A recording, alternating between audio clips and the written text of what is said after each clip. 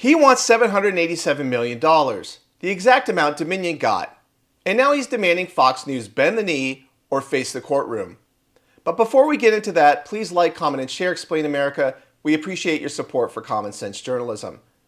Now, California Governor Gavin Newsom just filed a massive defamation lawsuit against Fox News, not on behalf of the state, but personally, demanding nearly $1 billion over commentary reporting tied to his feud with President Trump.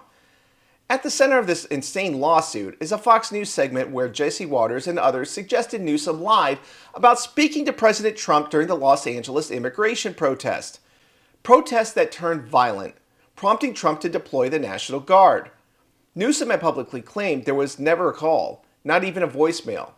But records later confirmed a call did take place a few days earlier on June 7th during the protests. On between Gavin Newsom and President Trump. Gavin Newsom, after President Trump said in the noon hour in the Oval Office that he called him yesterday or the other day, Gavin Newsom tweeted the following. He said, quote, "There was no call, not even a voicemail. Americans should be alarmed that a president deploying Marines on our streets doesn't even know who he's talking to." Well, President Trump contacted me from Air Force One on his way to Fort Bragg, North Carolina, where he'll be in just a little while. He said the first call to Gavin Newsom was not picked up. The second call Gavin picked up. We spoke for 16 minutes. I told him to essentially, quote, and this is quoting the president, "get his ass in gear and stop the riots, which were out of control more than anything else. This shows what a liar he is." Said I never called. So here is the evidence. And here is the call log that the president sent me from his phone. This was June the 7th. Now, granted, this was on Saturday. But look, there's 1:22 o'clock in the morning. Which would have been 10 o'clock at night, 10:22 at night, California time. There was an outgoing call for 4 seconds. And then there was an outgoing call for 16 minutes. So that from the president, which says is proof that he spoke to Gavin Newsom early in the morning, our time, late at night, Friday night, would have been June 6th, I guess, in Los Angeles.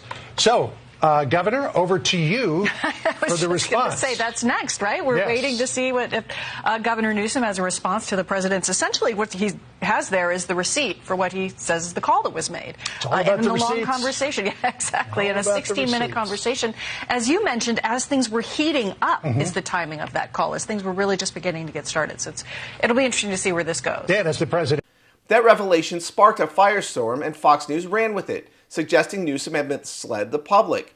Now Newsom is suing for $787 million, accusing Fox of defamation and unfair business practices, and threatening to drop the case only if the network issues a retraction and on-air apology.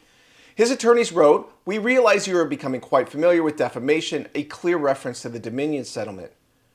What a joke. Fox News isn't backing down. In a blistering statement, the network called the lawsuit a transparent publicity stunt and vowed to fight it in court. But this isn't just about Newsom versus Fox. It's about the weaponization of defamation law to fight back against accountability. About whether Democrats can silence critics by threatening billion-dollar lawsuits. And about whether media outlets, love them or hate them, are still free to question the public without getting sued into submission. This is an elected official suing a news network for reporting on his own contradictions. That's not accountability, that's censorship of a press. Governor Gavin Newsom wants to run for president, but he just declared war on the First Amendment. And if he wins with this lawsuit, you can be sure it won't stop with Fox. This is Kyle Becker with Explain America.